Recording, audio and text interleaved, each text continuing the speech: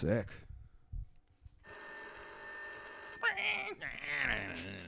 All right. Do the intro.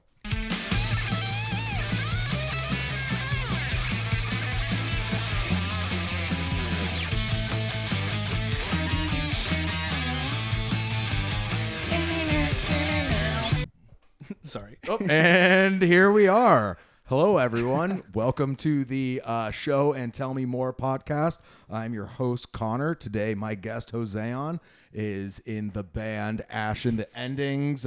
He's an actor. He's got a movie coming out, a short movie coming out, Mad Stork, correct? Tonight. Stop! I was going to tell you, but I feel like we should just wait until now. Tonight, 8 p.m. Let's What go. is it? February 21st is tonight. That's the day. That was a year ago that we shot that. That was like a year more than that, a little bit. Yeah. Thereabouts. Yeah, it was right around a year ago. So it's premiering tonight at 8 p.m. on YouTube. It's gonna like you can watch. Oh, okay. You can watch it tonight on YouTube. By the time 8 p.m. this comes out, I will actually post this and like do some stuff with it. I was an extra in it that didn't make the cut. Some bullshit. Well, I am a great extra. No, I'm kidding. The reason I'm not in it is because I'm probably like, get me in the clip, and they're like, fucking cut that asshole in the back that just ruined it. He was there though, and he was bringing the hype. And it's Mad Stork by 10 Pillars Production, directed by Matthew Fitch, on YouTube. It's gonna be. Remember, 10th Pillar Production is a local production company in their local Austin. 10 Pillar, guys, right? 10 Pillars.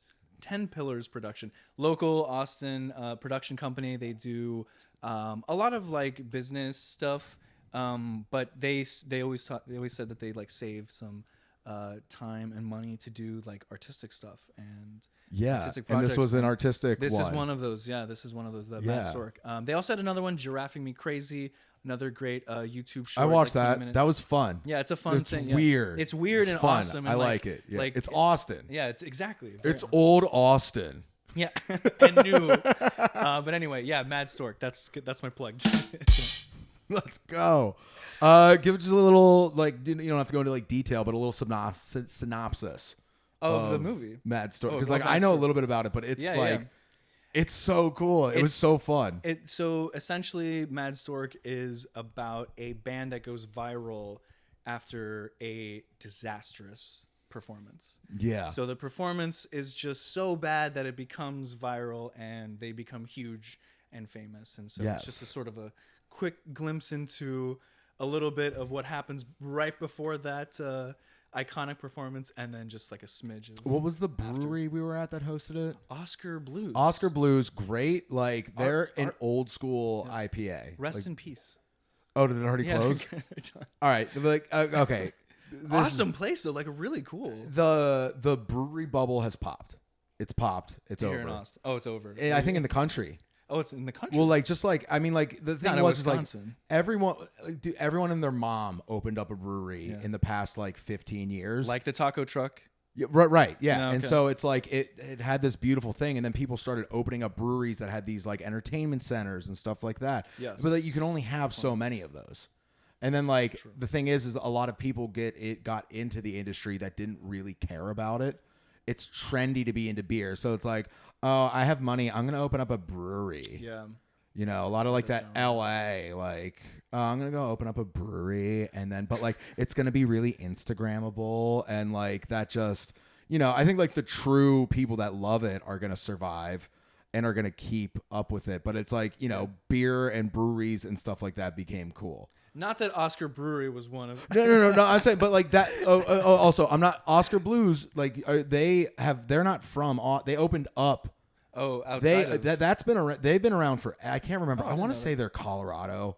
Oh, okay. Because that just seems like a beer place. But I remember that beer was big in Chicago. Like when I first got there, it was just like everyone had them, and it kind of like split the difference between that like I brew beer, and then also that like I drink fucking, you know, hams. Yeah. So it was like a working man's like IPA, or IPA that also like was like, but like the people like know what they're doing and they're like good. Sure. Well, the venue and like the place where we filmed it was like awesome, and So I don't want much fun. to. I don't want to say state of the art, but it was like. It was like new like and awesome. that's what I'm saying. Like that obviously had a lot of like brewery money in it. Oh yeah, that's that. And like it's and nothing. Not like once again nothing on them. Like it's just I feel like the bubble popped. Yeah. And I do feel like the original Oscar Blues and stuff like that, they're probably doing great. They probably realized they had to also, if you're not around, I'm so sorry. I'm so sorry. We loved your shit. You had great shit. It was, they do have great beer. That venue was awesome. Yeah, I've never cool done venue. Very cool. like I've never done like not acting work, but like stand-in work. And it just feels like I remember Grant, who was there, was very the production kind. company. Yeah, Grant, he was Grant Giles, from Grant Giles. Grant Giles. I feel bad for not knowing that, but I think I follow him on dude. Facebook. Awesome, he was so great. like he was just such a good cheerleader, but also like made sure that like things ran on a schedule. He like that seems like a horrendous job to have. He said that I don't know if his car got towed the day before you met him, or something was like up with his car, but he was still like able you to. Can't you can't also like let that stuff affect you. Oh, because you're dealing with actors, super professional. You're dealing with the crew. You're I don't know if that's what he like, but like at least on that day, it seemed like he was the guy that made totally. sure everything had to go smoothly. Yeah, no, and is that a producer? Is that what a producer is and does? Yeah, I don't know. Well, a real one for sure. Yeah. Look this guy up, Grant. But he's also in he was in Drafting Me Crazy. Yeah, he was the main actor. And then he's also in another 10 Pillars production that's coming out. I think they're still editing that one. But another short film, I believe it's short film, is going to focus on him. I'm so excited. I'm going to post like links. Go check out this short film. It's a hoot. I haven't even, but like I just remember like it's going to be fun. It's going to be cool. It's a good time. It's going to be old Austin. All right. Anyways, and then band stuff too. You got any shows coming up? Yeah. I don't want to look at my phone for the next show. I don't. I honestly don't give a shit. No. Pull your shit up. But for the yeah. No, I'm just embarrassed because Ashton's gonna be like, "How do you not know what our you next just want to show get is?" them right. You want to get it right. You want to get it right. I want to get it right. I don't trust myself. Oh my God, Coral Snake. I'm so bad at this. Coral Snake. Look, I'm on the Google Calendar. I'm literally selecting. Yes, I'm going to Coral Snake. March 8th, Friday. I don't know why I put it away. Coral Snake. Is with Ash and the Endings. We're gonna be on at a certain time. Coral Snake, is that a venue? Coral Snake is a venue. 10:30. Ash and the Endings. Where? Damn it. We've probably played this place before. This is why I need where's Lou? Where's Lou, my producer? Pull it up. Yeah. Pull it up, Lou. Lou. Wake up, Lou. Lou, come on. I take stills and like videos of Lou sleeping to that I can superimpose. Well, he's not. When I pretend like he's my producer. I mean, for not having a producer, he's doing a pretty good job. He's doing a pretty good job. Coral Snake. It's a venue here in Austin, downtown. Okay. I'm bad because I don't have a car. I'm on the spot right now. Yeah, but you just you just call an Uber. But yeah, exactly. Connor, my guitarist, keyboardist. So we're playing Coral Snake March 8th. Ashley Endings, always a good time with them. How would you describe your band? I would the style, music, all that. Alternative rock, I think, sums up pretty much what we're doing. We all bring in a lot of different influences, and so some could say that it's psychedelic. I mean, Connor is the name of the keyboardist in my band, not this Connor. Other Connor, the bad Connor.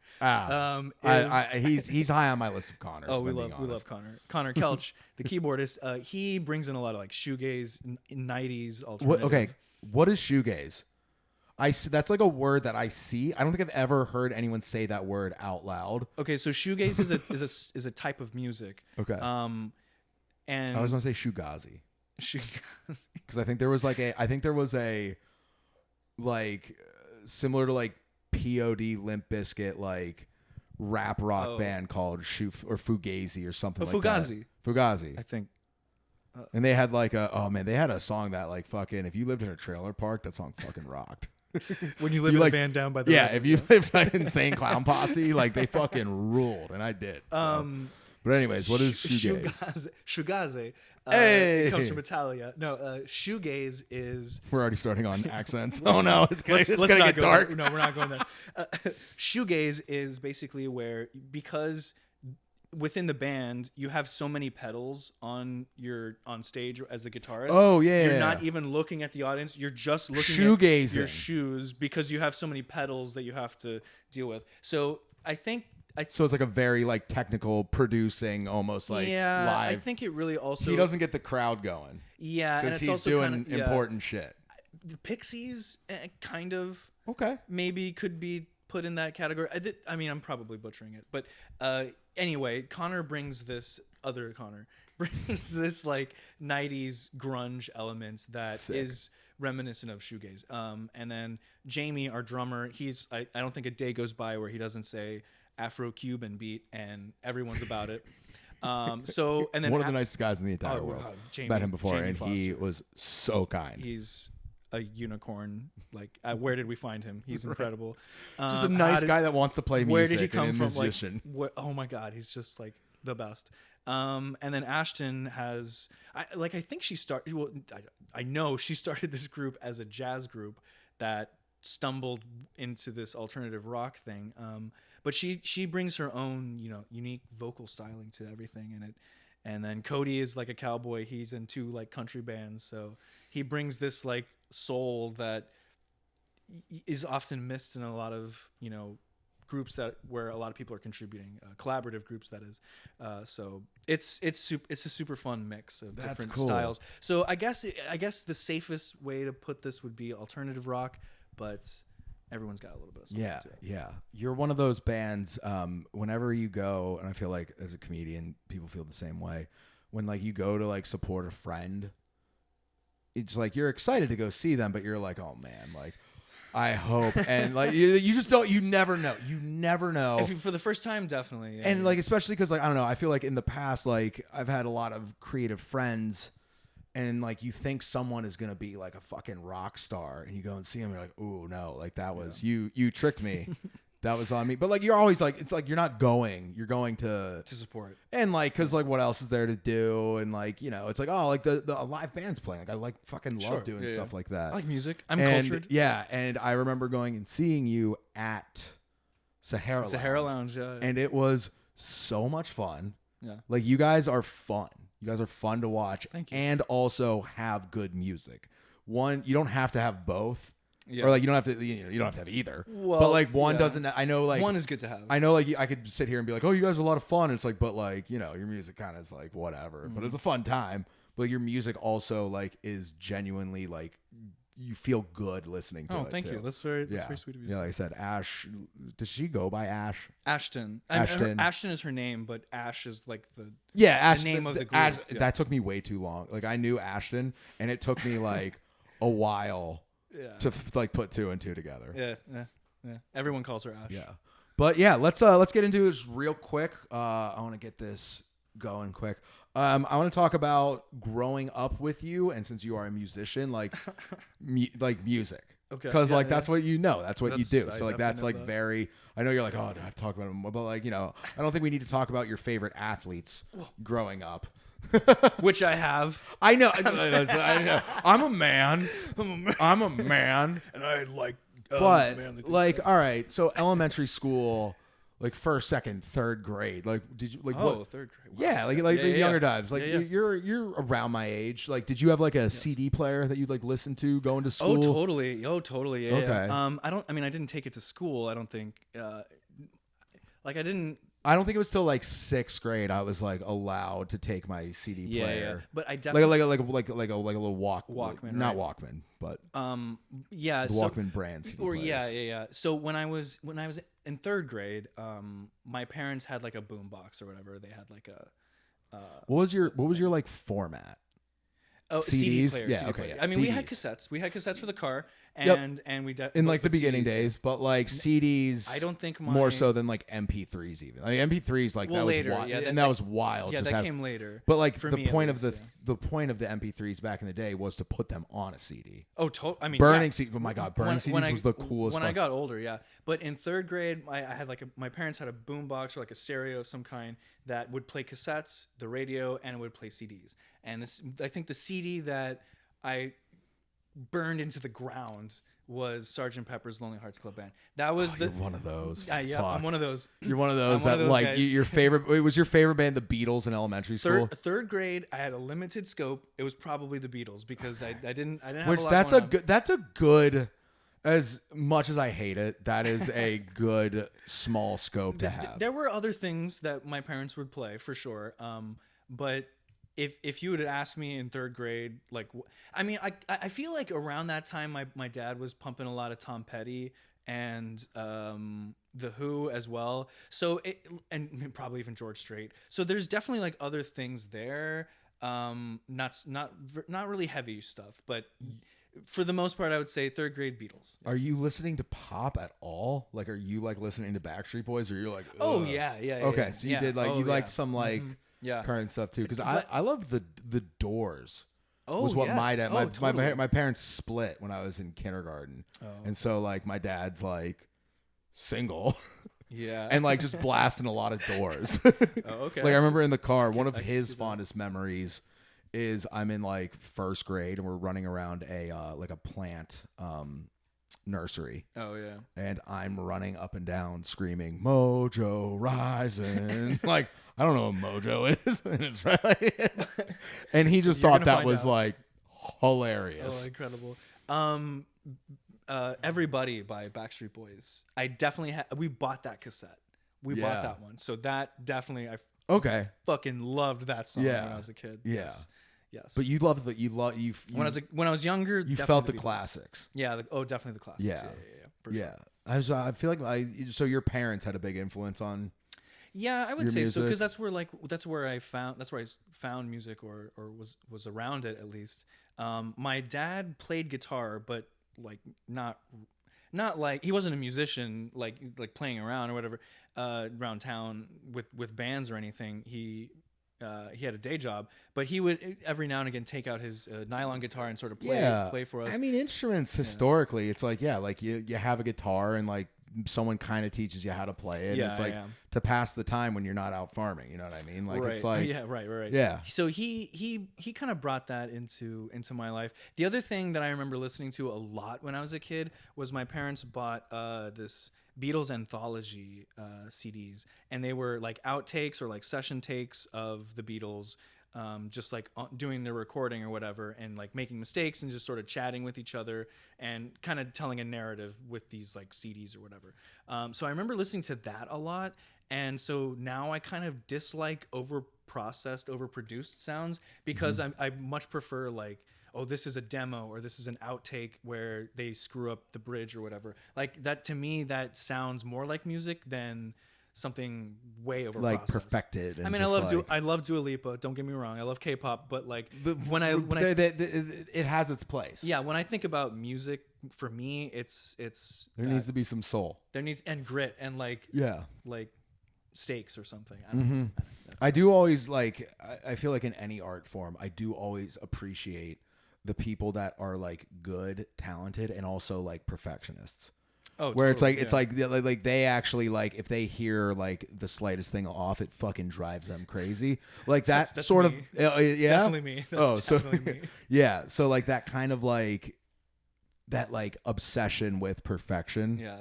Whereas like I'm the exact opposite, where I'm like, yeah, like we're gonna leave that. I don't feel like good fucking. Enough Good enough. They get the point. They get the point. They get it. We're done. Yeah. 2 takes. We're done. We don't need to keep fucking doing the same song. No, I'm like, what if it was 2 again? clicks to the left? What about like? I gotta try it. We gotta do it.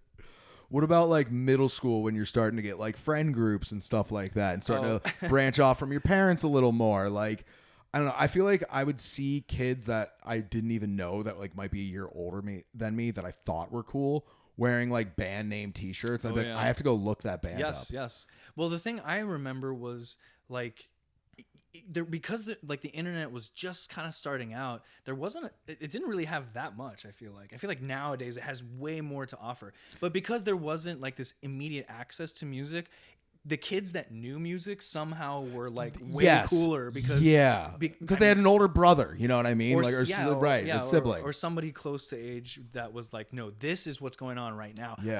I spent $20 on this. You had to have a friend that lived in Houston that had the you know CD, what I mean, that would send it to you. That was like So the kids who like had access to like the greater,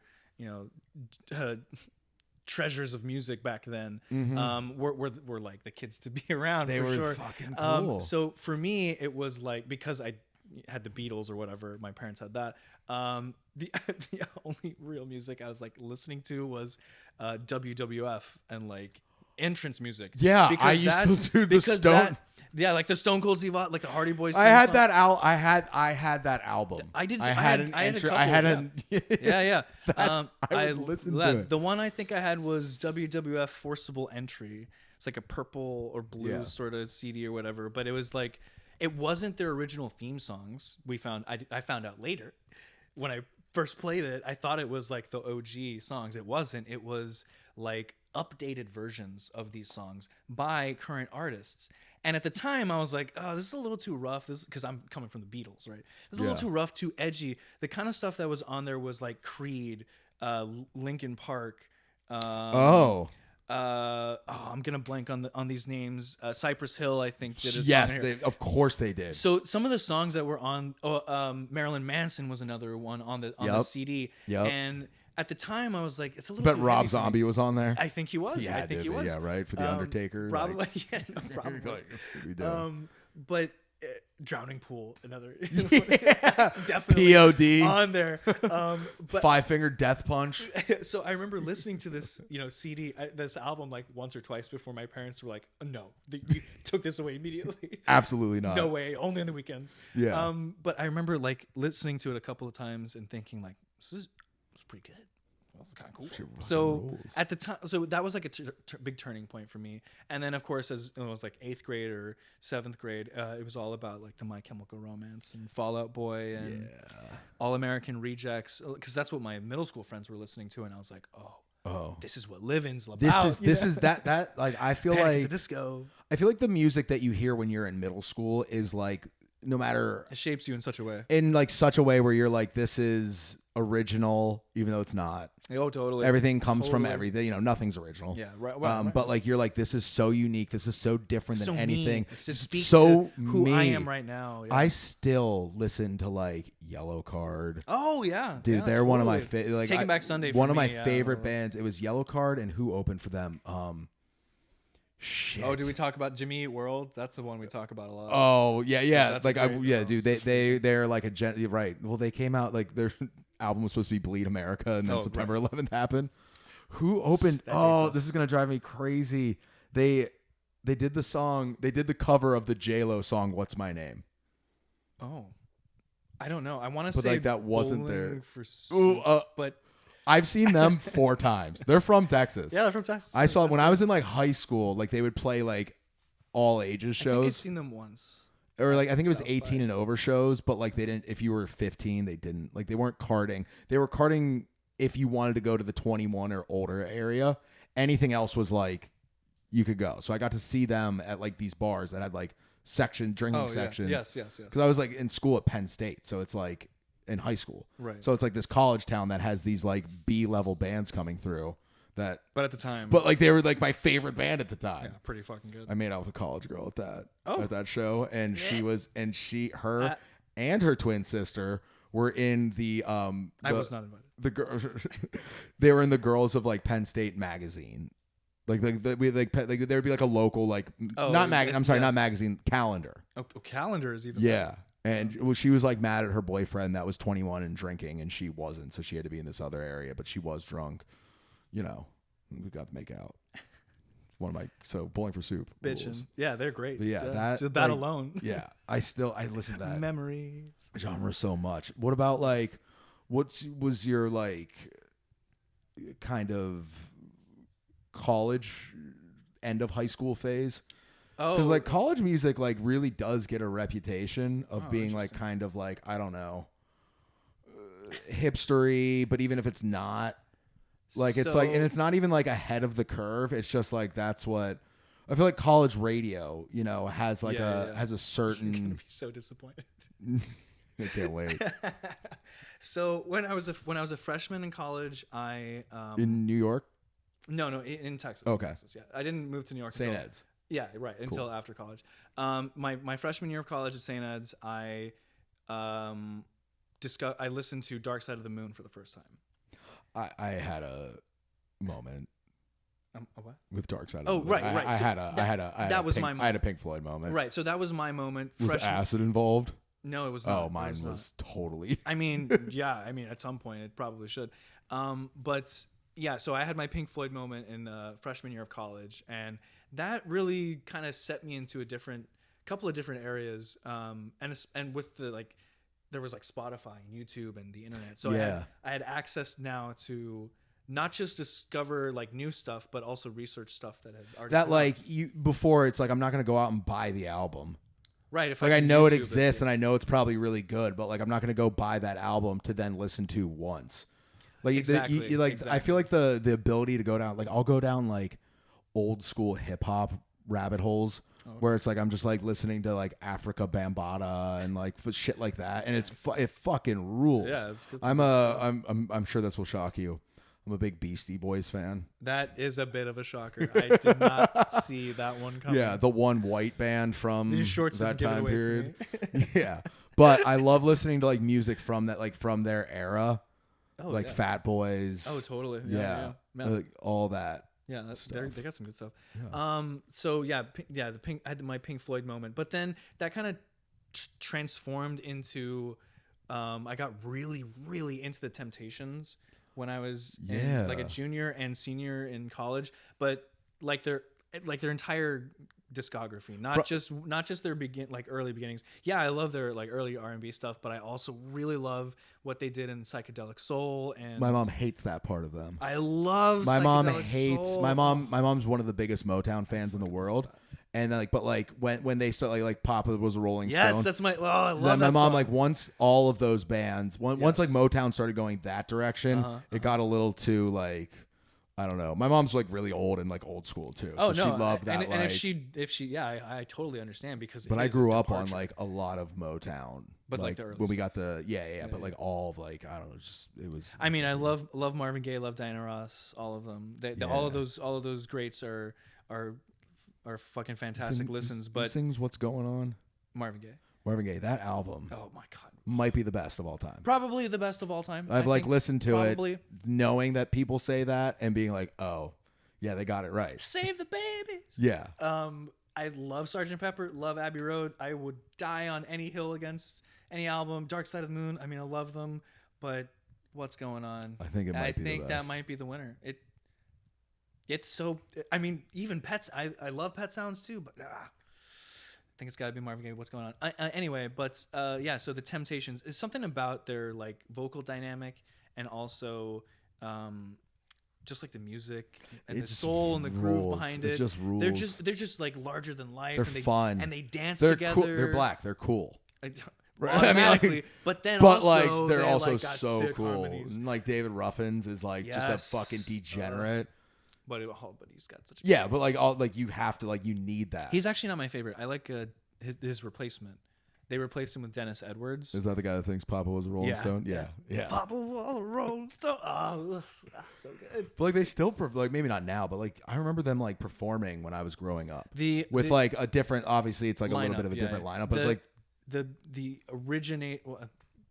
the last guy who's like he started the band, Otis Williams. He's like the baritone. He sings lead on like none of their hits. Right. You could not. He's probably the Lance Bass.